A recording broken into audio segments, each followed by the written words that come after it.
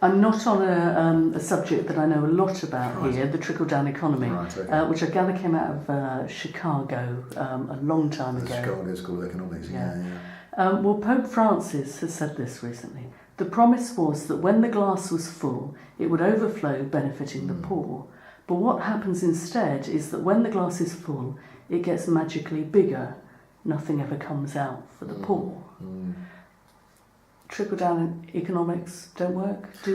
Well, it was in vogue in the 1980s, wasn't it? People like Ronald Reagan and Mrs. Thatcher believed in trickle-down economy, that if you pay people at the top lots of money, eventually it will trickle down to people further down.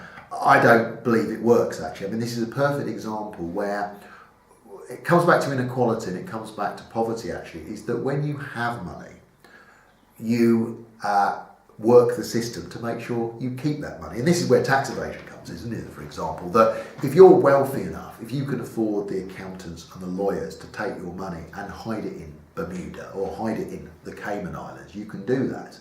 And this is where the state, because this is one of the key differences between the Conservative Party and the Labour Party. The Conservative Party believe in a positive role for the state. The state should intervene to ensure that our society is fair. Whereas the Conservatives believe that the state is something that should leave you alone. It's sort of damaging, it interferes, and therefore the state should be minimised. But the trouble is, in those countries where the state is minimal, that's where there is greater inequality.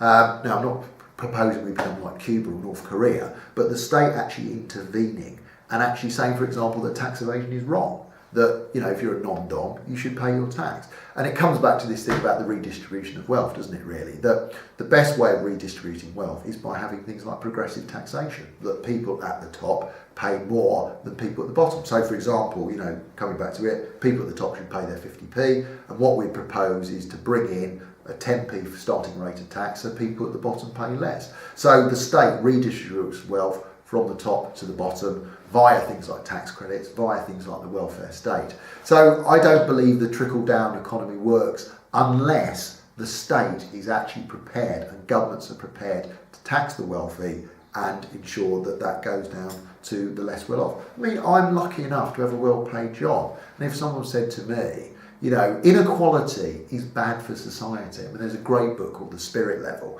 which is all about how more equal societies work better than unequal societies. Because when you have inequality, it leads to crime, it leads to social, it leads to people in desperation, it leads to things like the 2011 riots, for example. So inequality, again, it's a bit like overseas aid. Fighting inequality and ensuring a redistribution of wealth isn't only morally right, it actually makes practical sense, because otherwise you can have people who are trapped by their poverty and you can have people who are almost corrupted by their wealth.